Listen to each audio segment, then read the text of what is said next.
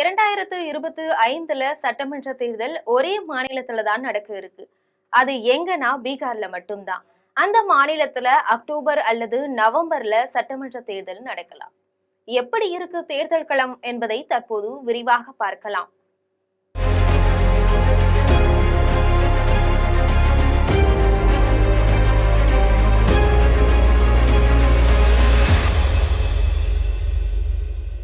சொந்த மண்ணுல நிம்மதியை தொலைச்சு நிக்கிறோம் நாங்க. எங்க வீட்டு ஆண்கள் பொழப்பு தேடி தமிழ்நாடு, தெலுங்கானான்னு தென் மாவட்டங்களுக்கு தான் போக வேண்டியதா இருக்கு. வறுமை ஒரு பக்கம் எங்களை வாட்டி எடுக்க, பிள்ளைங்களுக்கு கல்வியும் ஒழுங்கா கிடைக்கல. படிச்சு முன்னேறி அதுகளாச்சும் நல்லா இருக்கணும்னு நினைச்சா இந்த அரசியல்வாதிங்க அதுக்கும் வழி பண்ணி தரல என ஏழ்மையில் வாடும் பீகார் கிராமத்து பெண்கள் ஒரு பக்கம் புலம்ப, நாங்கள் இதை செய்திருக்கின்றோம், இனி அதையும் செய்வோம், உங்கள் ஓட்டு எங்களுக்கே என்று மறுபக்கம் வெட்கமே இல்லாமல் பிரச்சாரத்தை முன்னெடுத்திருக்கிறார்கள் அரசியல் தலைவர்கள். சமத்துவம், சமூக நீதி என சோஷலிச கொள்கைகளை உயிர் மூச்சாக கொண்ட ஜெயப்பிரகாஷ் நாராயண், கற்பூரி தாகூர் போன்ற தலைவர்களை பெற்றெடுத்தது பீகார். இவர்களுக்கு பின்னர் இப்படியான தலைவர்களை கண்டெடுக்காத காரணத்தினால இன்னைக்கு பல விஷயங்கள்ல பின்தங்கிய மாநிலமா இருக்கு பீகார். கற்பூரி தாகூரையும் ஜெயப்பிரகாஷ் நாராயணையும் முன்னோடியாக கொண்டு அரசியல் களத்துல குதிச்சவர்கள் யாருமே முழுமையாக அந்த தலைவர்களின் வழி நிக்கல. ராஷ்டிரிய ஜனதா தளத்தை நிறுவிய லாலு பிரசாத் யாதவ் தன்னுடைய ஆட்சியின் தொடக்க காலத்துல சமூக நீதி கொள்கைகளை தீவிரமாக பின்பற்றினார். பிற்படுத்தப்பட்ட மக்களை கல்வியின் மூலம் உயர்த்த பாடுபட்டார்.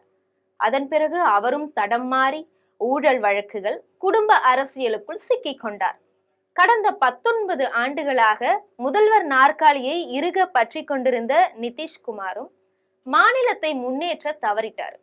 அதே நேரம் அடிக்கடி கூட்டணியை மாற்றி தன்னுடைய முதல்வர் நாற்காலியை மட்டும் தவற விடாம பார்த்துக்கிட்டாரு.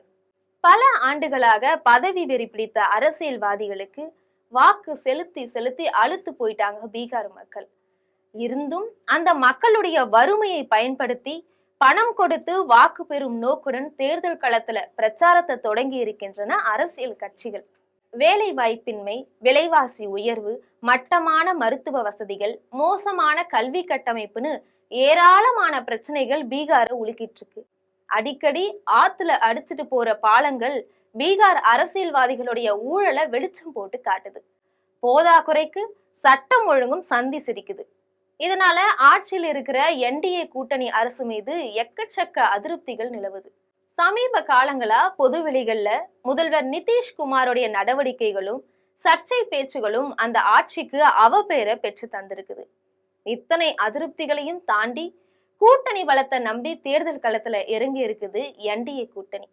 எதிர் திசையில பயணிக்கிற இண்டி கூட்டணியில ராஷ்டிரிய ஜனதா தளம் கட்சியின் தலைவர் தேஜஸ்வி யாதவுக்கு இளைஞர்கள் மத்தியில மிகப்பெரிய செல்வாக்கு இருக்கு. வாக்குரிமை யாத்திரை நடத்த காங்கிரஸ் தன்னுடைய செல்வாக்கையும் கொஞ்சம் உயர்த்தி இருக்கிறார் ராகுல் காந்தி. பீகார்ல தேர்தல் ஆணையம் நடத்தி இருக்கும் சிறப்பு வாக்காளர் தீவிர திருத்த பணியில சதி திட்டம் இருக்குது. பாஜக கூட இணைந்து எங்களுக்கு வாக்களிக்க கூடிய சுமார் 65 லட்சம் பேரை நீக்கி இருக்கிறது தேர்தல் ஆணையம்னு குற்றம் சாட்டுது இண்டி கூட்டணி.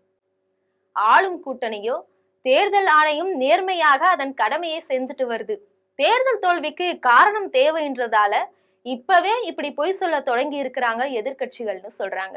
இந்த 2 கூட்டணிகளும் ஒன்னோட ஒண்ணு மோதிட்டு இருக்கிற இந்த சூழ்நிலையில இந்த 2 கூட்டணியையும் மோதி சாச்சிடுவேன்னு கங்கணம் கட்டிக்கிட்டு களமிறங்கி இருக்கிறாரு தேர்தல் வியூக வகுப்பாளர் பிரசாந்த் கிஷோர். ஜன்சுராஜ் அப்படிங்கிற பெயர்ல கட்சி தொடங்கி மாநிலம் முழுவதும் தன்னுடைய பயணத்தை மேற்கொண்டுட்டு வராரு. பீகார் தேர்தல் களத்தை உற்று நோக்கும் அரசியல் பார்வையாளர்கள் 243 தொகுதிகள் கொண்ட பீகார்ல சிறப்பு தீவிர திருத்த பணிக்கு முன்பாக 7.9 கோடி வாக்காளர்கள் இருந்தனர். இதுல 1% அதாவது 7.9 லட்சம் வாக்காளர்கள் நீக்கப்பட்டிருந்தாலே அது பெரும் தாக்கத்தை உண்டாக்கி இருக்கும். ஆனால் சுமார் 65 லட்சம் பேரை நீக்கி இருக்கிறது தேர்தல் ஆணையம். தோராயமா ஒவ்வொரு தொகுதியிலுமே சுமார் 26,000 வாக்குகள் மாயமாகி இருக்கு. 2020 சட்டமன்ற தேர்தல்ல 35 இடங்கள்ல 3000 வாக்குகளுக்கு குறைவாகவே வெற்றி வித்தியாசம் இருந்திருக்கு. 52 இடங்கள்ல 5000 வாக்குகளுக்கு குறைவாக இருந்திருக்கு வெற்றி வித்தியாசம். தலா 4 தொகுதிகள்ல வெற்றி வித்தியாசமானது 500, 1000, 1500, 2000 வாக்குகளுக்கும் குறைவா இருந்திருக்கு. 3 தொகுதிகள்ல 200க்கும் குறைவான வாக்குகள் வித்தியாசத்துல வெற்றி தீர்மானிக்கப்பட்டிருக்கு. இந்த முறையும் தொகுதி வாரியாக சில நிறுவனங்கள் எடுத்த கருத்து கணிப்புகள்ல பல்வேறு தொகுதிகளிலும் மிக கடுமையான போட்டி நிலவிட்டிருக்கு. இதனால அரசு மீது அதிருப்தி இருந்தாலும் 65 லட்சம் பேர் நீக்கப்பட்டிருப்பது ஆளும் கூட்டணிக்கு சாதகமாக செல்ல வாய்ப்புகள் அதிகம்னு எதிர்கட்சிகள் நினைக்கிறாங்க. பிரசாந்த் கிஷோரின் ஜன்சுராஜ் கட்சி பெரும் தாக்கத்தை ஏற்படுத்தி விடாதுனாலும் பல தொகுதிகள்ல அது வாக்குகளை பிரிக்கும்.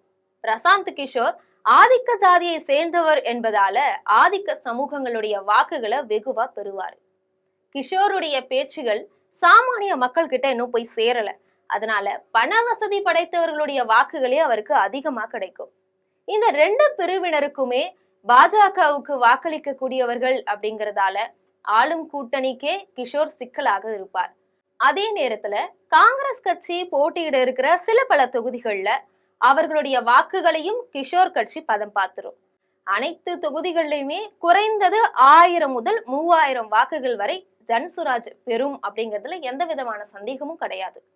பல தொகுதிகள்ல வெற்றி வாய்ப்பு குறைந்த வாக்கு வித்தியாசத்துலதான் இருக்கும்னு கணிக்கப்பட்டிருக்கிறதால இது எந்த கூட்டணிக்கு பலனளிக்க போகுது அப்படிங்கிறத கணிக்கிறது ரொம்ப கடினமாவே இருக்கு. ஆளும் தரப்புக்கும் எதிர்த்தரப்புக்கும் இடையே கடும் போட்டி நிலவறதால இப்போதே வெற்றியாளரை கணிக்கிறது ரொம்ப சிரமமா இருக்கு. சாதி அரசியல் கணக்குகள், பிரச்சார வியூகங்கள், வாக்குறுதிகள், வேட்பாளர் தேர்வு உள்ளிட்ட விஷயங்கள் தான் வெற்றி தோல்வியை தீர்மானிக்கும். அதனால தேர்தல் நெருங்கும் சமயத்துலதான் வெற்றி யார் பக்கம்ன்றத ஓரளவுக்கு கணிக்க முடியும். இருந்தாலும் ஆளும் தரப்பு மேல இருக்கிற அதிருப்தியால இண்டி கூட்டணி ஒருபடி மேல நிக்குது.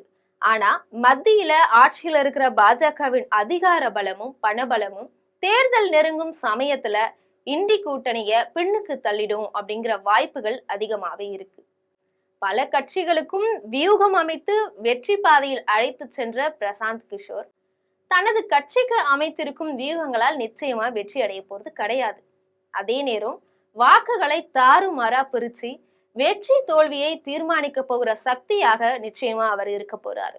பிரசாந்த் கிஷோர் வருகையால பலனடைய போவது பாஜக கூட்டணியா இண்டி கூட்டணியா என்பது இன்னும் 2 மாதங்கள்ல தெரிஞ்சிடும்.